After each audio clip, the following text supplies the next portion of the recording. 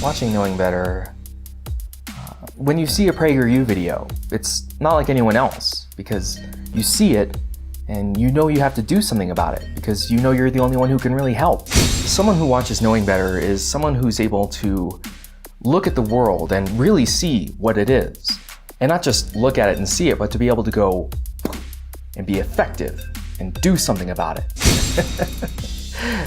And they were like, have you seen a 4K TV? And I thought, what a beautiful thing, you know, because maybe one day it'll be like that. Like, wow, 4K TVs, I'll just read about those in the history books. I do what I can, and I do it the way I do everything, you know? There's no part of the way for me, it's just...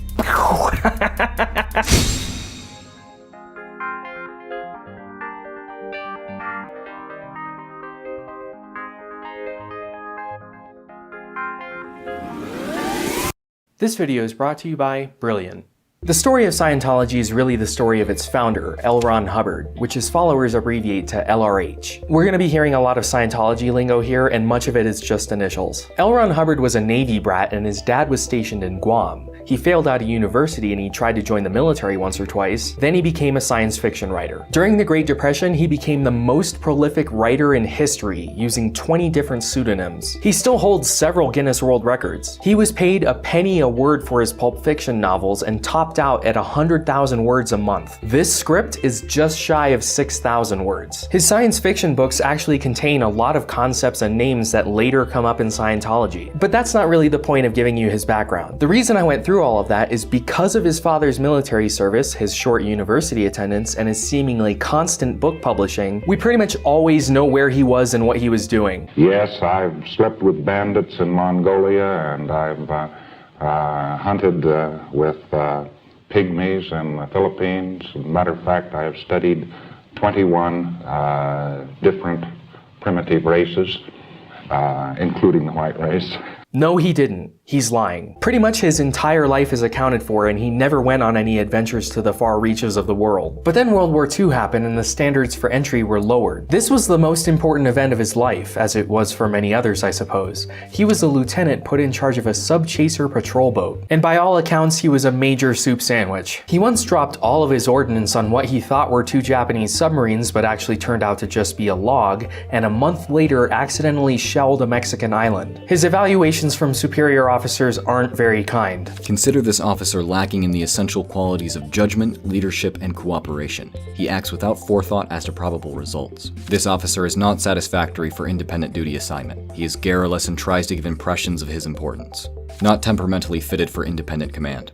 Those were 3 different people across 3 different years. After the war, he rejoined his writing buddies in Hollywood and got involved in a black magic sex cult, trying to summon the literal Antichrist. Now, I tell you all of this not to make fun, although it is pretty funny, but to tell you the foundational myth of Scientology. Think of it like the crucifixion of Jesus or the parting of the Red Sea. LRH claims that he was crippled and blinded by the war. The story changes depending on when he's telling it. Sometimes he's the sole survivor of his downed destroyer and he was blinded by the sun while adrift at sea. Other times it was just shrapnel and muzzle flashes. The important part is that LRH claims that he healed himself using the methods that would later become Dianetics. Proving this wrong would be akin to finding Jesus's body. It would shake everything. Military records are pretty solid and easily accessible. He never earned a Purple Heart or any of the medals that he claims, and at the end of the war he was hospitalized for a stomach ulcer and pink eye. After treatment, the Naval Board stated that he was considered physically qualified to perform duty ashore,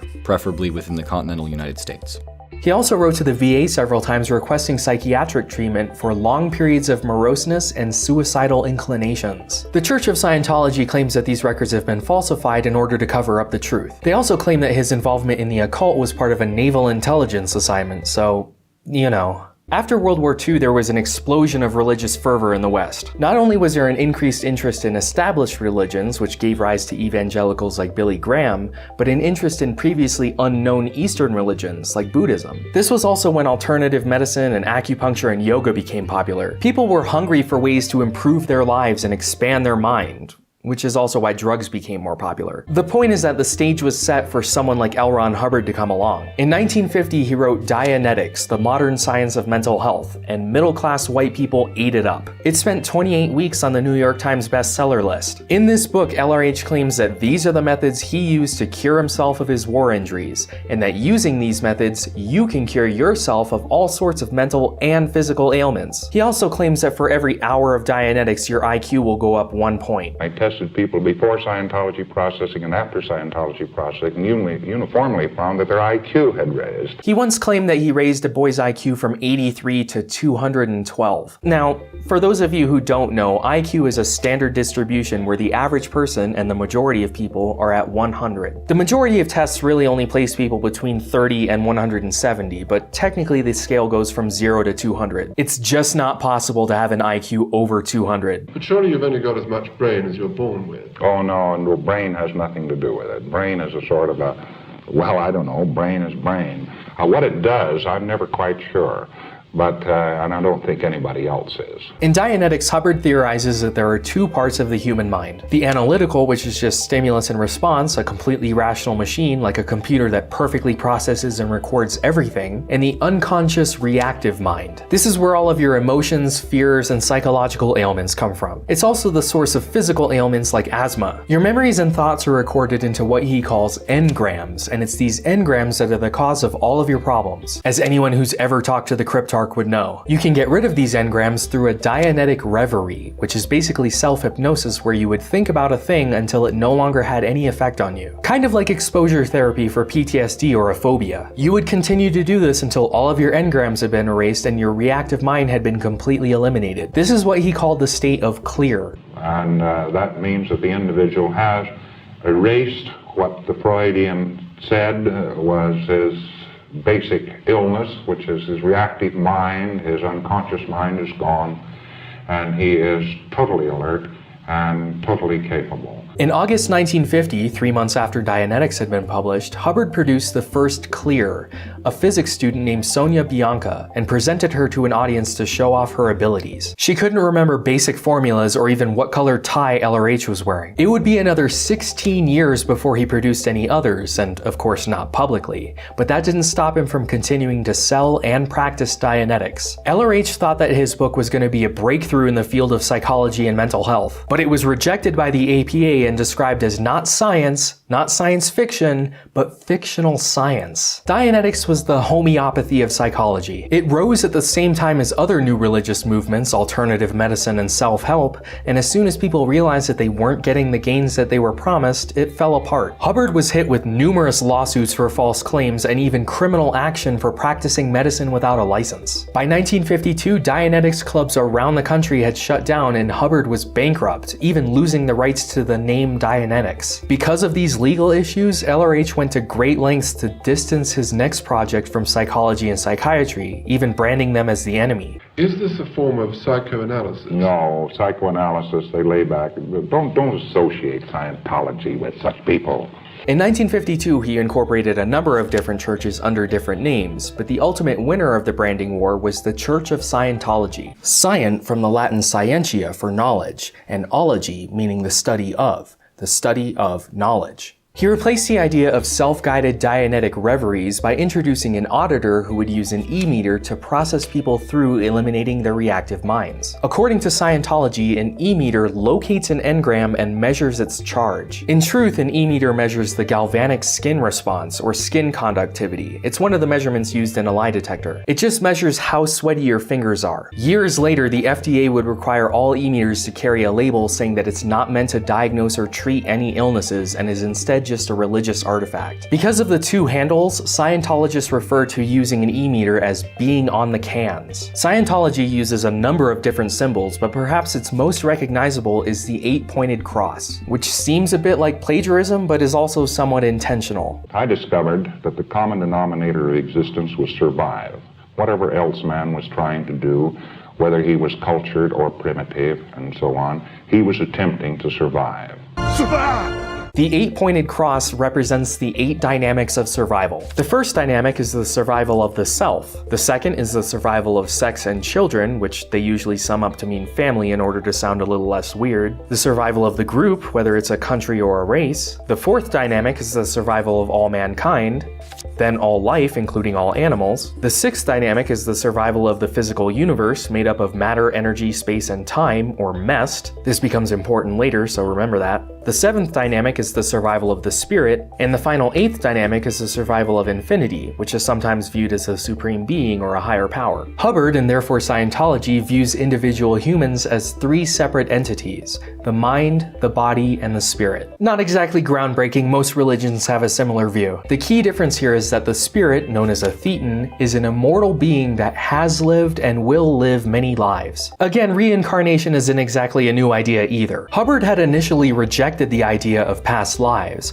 but as people continue to report engrams from Napoleonic or Elizabethan times during auditing sessions, in order to explain that, it was incorporated into Scientology. Scientology wasn't just written and handed down to the masses, it was developed as he was getting feedback from his followers. As part of this development, L. Ron Hubbard created the Bridge to Total Freedom. It's kind of like a course list for Scientology. Buddhism has the Noble Eightfold Path, Scientology has the Bridge to Total Freedom. It's fairly complicated looking. The left side, known as training, is for auditors, and the right side, known as processing, is for everyone else. Most everything up to the state of clear is just repackaged Dianetics, and that is where most people see the most benefit. Scientology recruits people through small courses that maybe only cost $50 to $100. It starts by taking a personality test, which they call the Oxford Capacity Analysis, and is in no way affiliated with Oxford University. The purpose of the test is to find your ruin. In marketing, they would call it a pain point, something that bothers you personally that they can then sell you the solution to. Scientology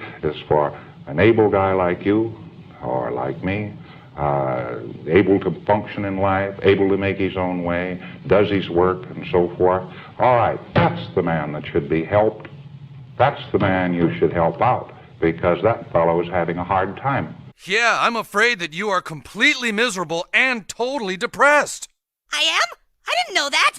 Well, there's certainly no question that you are a perfect candidate for Scientology. Are you having trouble with your marriage, personal finances? Do you have a hard time studying or focusing in class? What about drugs? Do you have a problem with drugs? Scientology has the solution. For a nominal fee. That last one is particularly dangerous. They market it as the Purification Rundown, and it's the first step on the bridge. They also call it Narcanon, not to be confused with the actual Narcotics Anonymous, a 12-step program similar to Alcoholics Anonymous. There's nothing new or even wrong about having a religious element in a detox or rehab program, but Narcanon and the Purification Rundown have no medical or psychological aspect. Scientology teaches that the only way to get this out of your system is through hard manual labor, exercise, and sweating it out in a sauna. This is incredibly dangerous depending on what you're withdrawing from. But now you're on the bridge and you're taking classes that guarantee the ability to communicate freely with anyone on any subject, or recognize the source of problems and make them vanish, and relief from the hostilities and sufferings of life.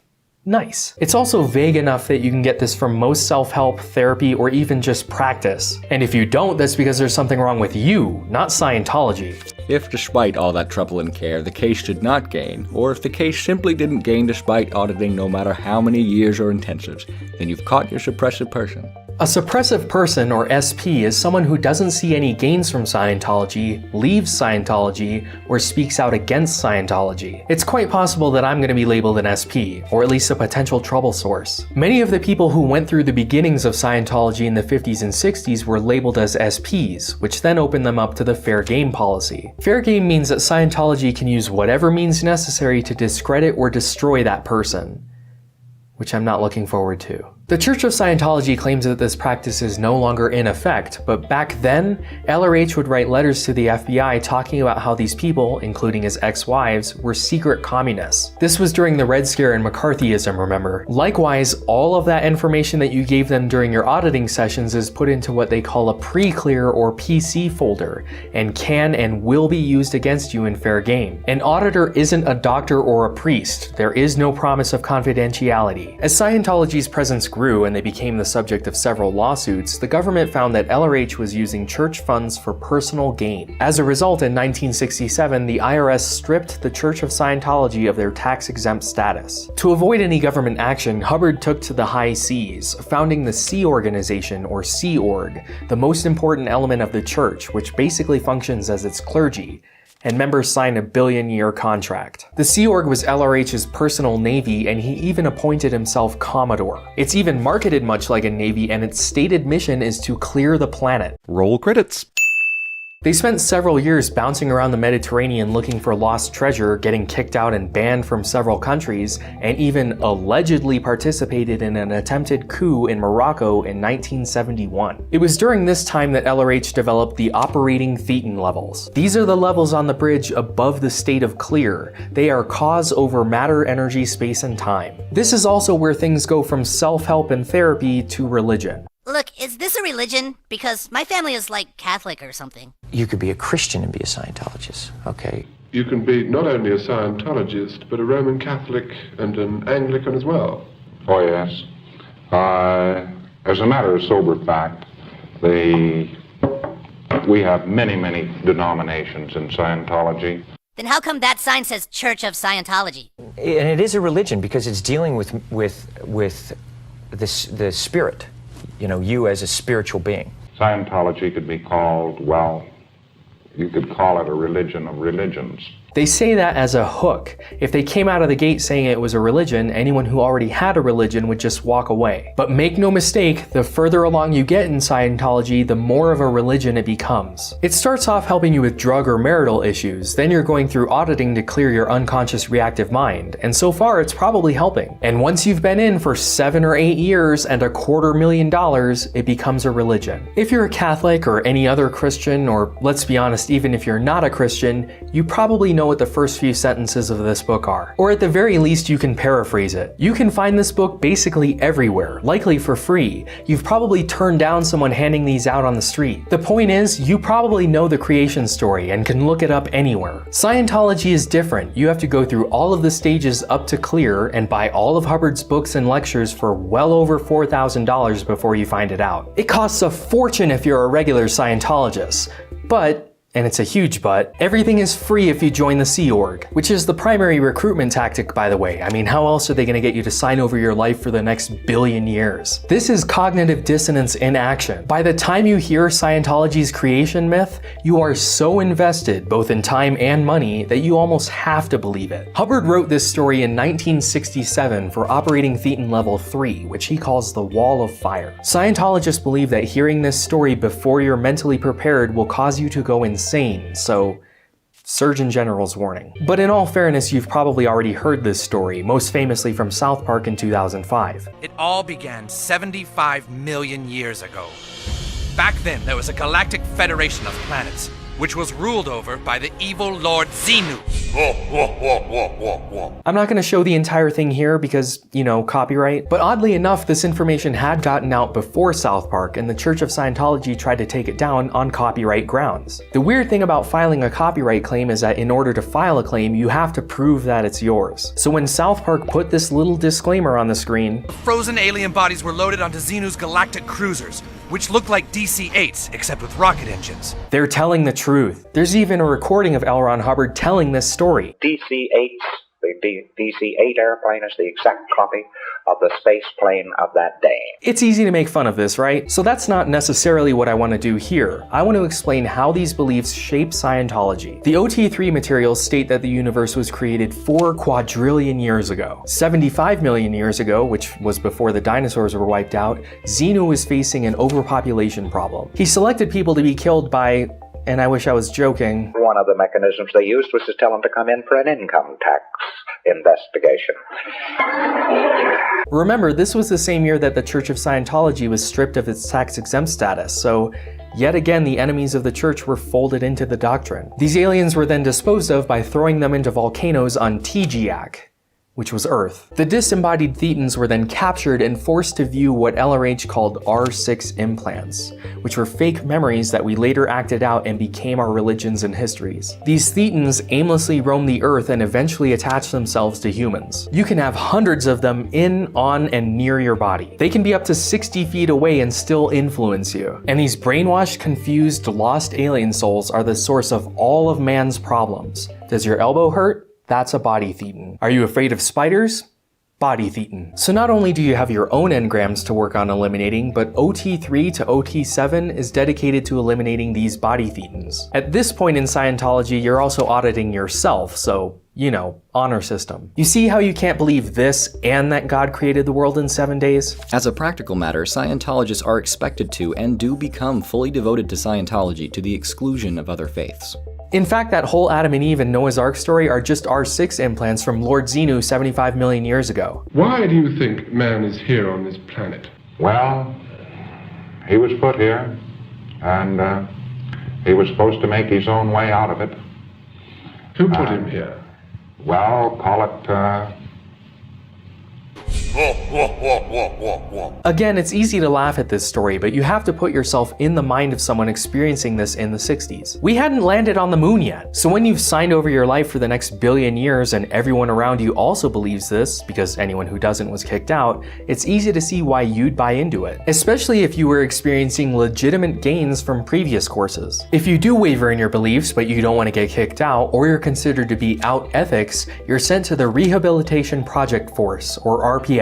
He was a science fiction writer, get used to the silly names. The RPF is like an extreme boot camp or prison for Sea Org members where many alleged abuses and inhumane practices occur. The Sea Org has also participated in many not alleged, proven in court clandestine operations. In 1973, Operation Snow White involved infiltrating over 100 government agencies, the American Medical Association, the American Psychological Association, and numerous news agencies around the world with the goal of finding and destroying any information they had about the Church of Scientology. It is still the largest domestic espionage operation to ever take place, with over 5,000 Sea Org members participating. Operation Freakout was one of the first major uses of the fair game policy, with the goal of destroying Paulette Cooper, a journalist who wrote a book about Scientology. They tried to frame her for various bomb threats and sued her from numerous countries. They even imported her book to other countries specifically so they could sue her from that country. It almost worked too, she was about to go to prison. But in 1977, the FBI raided church offices and uncovered all of this information, which led to several high-ranking church officials going to prison instead,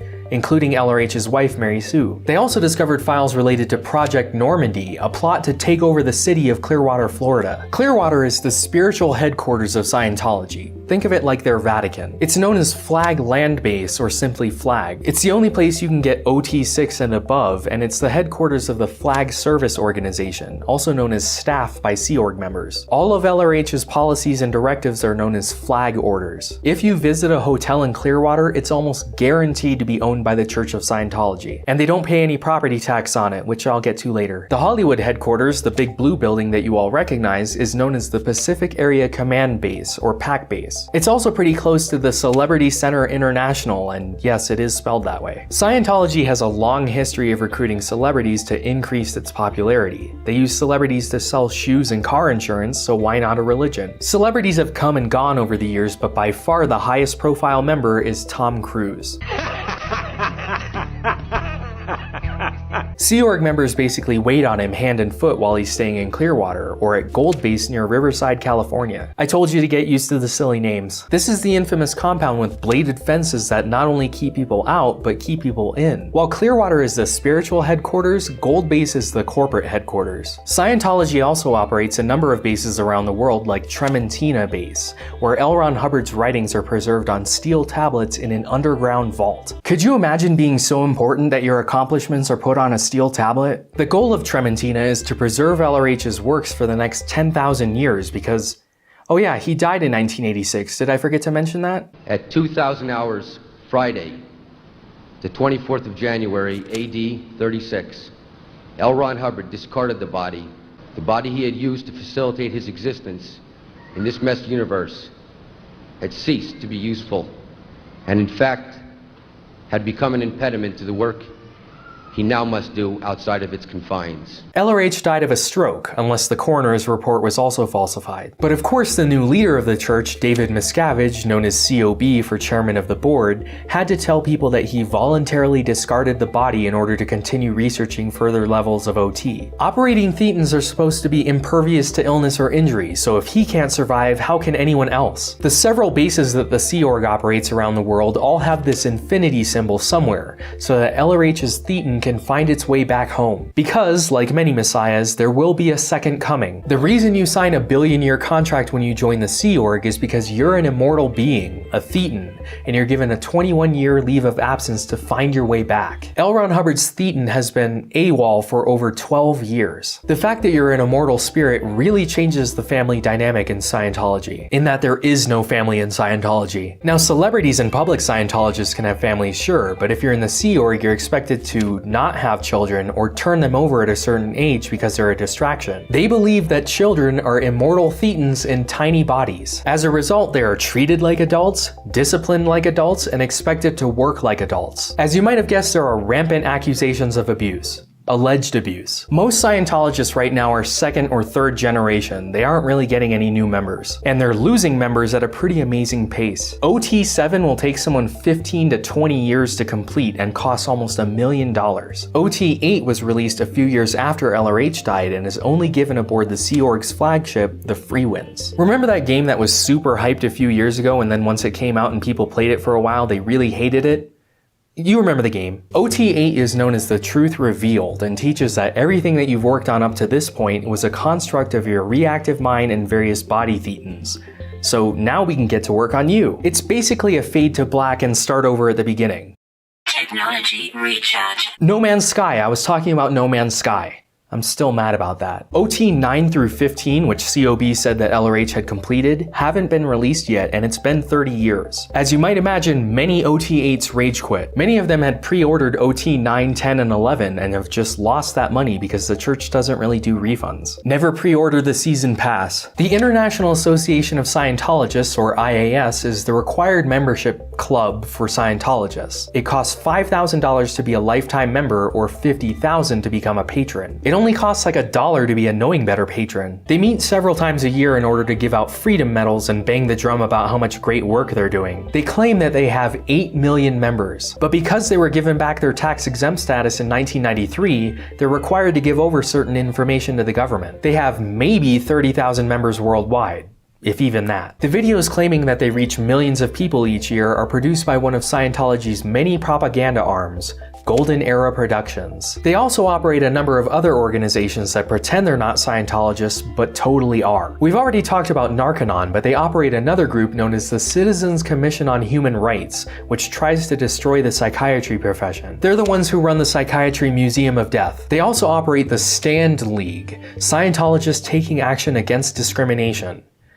I don't know where the N comes from. It's supposed to fight for religious freedom, and they have a number of Twitter bots. Scientology has a history of inflating its numbers and attacking its critics, whether they be psychiatrists or suppressive people or the IRS. As I mentioned, in 1993, the IRS reinstated the church's tax-exempt status. It came after years of lawsuits not only being filed against the IRS, but individual employees of the IRS from every jurisdiction imaginable. They would send people out to BFE, Alaska to file a lawsuit from there that the IRS was then required to respond to. All in all, there were 2,400 active lawsuits by 1993 that suddenly disappeared as soon as they were recognized as a religion. It's strange, but when you think about it, there really is no agency or organization with authority to decide who is and isn't a religion, except the IRS when deciding which 501c3 applications are approved. Is Scientology a cult? Well, you could ask the Cult Awareness Network. They sound like a group that would have the answer to that, except they're owned by Scientology too. Many countries have labeled them as one, but the United States hasn't necessarily. I certainly wouldn't call them one, but there are models we can look at and questions we can ask to determine if they fit the label. A dead giveaway of a cult is that you can't leave. A Scientologist who leaves is said to have blown, and they're ostracized by their friends and family who are still in a practice known as disconnection. The church denies that this practice exists and that members members freely choose to not talk to ex-members. It's important to remember that Scientology wasn't necessarily designed to be manipulative and controlling. It was born in the 1950s along with dozens if not hundreds of other similar movements. Scientology is just one of the few to pass through the filter of time. Maybe that's because it works for some people, maybe it's because of its cult-like practices. It's easy to laugh at many of its ideas. But this was before brain imaging like the MRI, back when the government was legitimately testing mind control drugs, and before we started to explore our solar system. Scientology was founded 5 years before Sputnik was launched, so you can't really blame his followers for buying into his science fiction stories, because they didn't have access to brilliant.org/knowingbetter. Brilliant is a problem-solving website where you can learn about math, science, and astronomy. Brilliant breaks down these concepts into bite-sized engrams so you can understand them before moving on and saying something like, the length of time from the planet Coltis to the planet Tigiak, which is the name of this planet, was 9 weeks, and you'll see that it's many light years. How can someone travel faster than the speed of light? Brush up on your Einstein in this course on special relativity. In view of the fact that Einstein was absolutely right, no man can't go faster than the speed of light, which is a bunch of balderdash. Don't sound like this guy. Head on over to brilliant.org/knowingbetter and get 20% off. You'll also be supporting the channel when you do. Scientology is referred to as a UFO religion because of their incorporation of aliens and other science fiction elements. And it was born during a time where people were curious about space and hungry for new ways to improve their lives. The people who joined Scientology weren't stupid, they just wanted to believe. And the next time someone wants to give you a stress test or tells you that they can provide you with the secrets to happiness for a nominal fee, Kiflam.